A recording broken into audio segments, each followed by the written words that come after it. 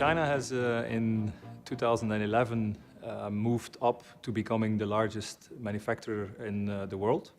And its manufacturing engine has been able to help the doubling of the GDP per capita over just 10 years. So today, Chinese manufacturers are suffering from a number of things. First of all, the labor cost is going up, other costs are going up. Secondly, the growth is slowing down, volatility is increasing. The supply chains are becoming more complicated, and consumers in China are becoming more sophisticated. Most parts of the Chinese manufacturing sector are under quite a bit of stress today. We have severe overcapacity in many of the sectors, while the overall competitiveness of the Chinese manufacturers remains quite high relative to the global peers. If you look at the economics, if you look at the profitability of many of the sector participants, they are under severe challenge today. One of the key characteristics that I think we should not overlook is the rising cost of labor, particularly of skilled labor, whether it's in Shanghai, Chengdu, or even in third and fourth tier cities. It's not just that the government has pushed up minimum wages.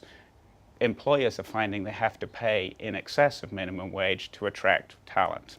That said, productivity in most industries in China is still rising ahead of the cost of labor. And that's because the skill levels are rising and because people are applying these tools and techniques to use labor more efficiently. There are a number of challenges that are China-specific.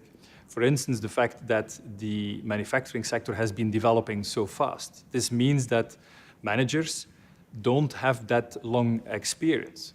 And also in the workforce, there is quite a high turnover.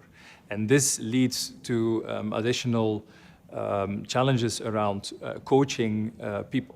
Plant managers have often a problem to go beyond firefighting, to introduce a more systematic approach to problem solving and to really address the root causes of the issues that they are observing. And that's exactly where the next phase of operational excellence will need to focus on. Less on the technical tools, but more on the softer elements, on the capabilities of people, on the mindsets, on the behaviors. Some have asked, is this the end of the Chinese manufacturing? Right, at least as the workshop of the world. I would say the answer is not a quick yes or no. It's not black and white. Clearly there's a threat, but the threat, I think, is healthy in that it's removing some of the obsolete technology, obsolete capacity. Secondly, it's forcing the Chinese to upgrade their capabilities.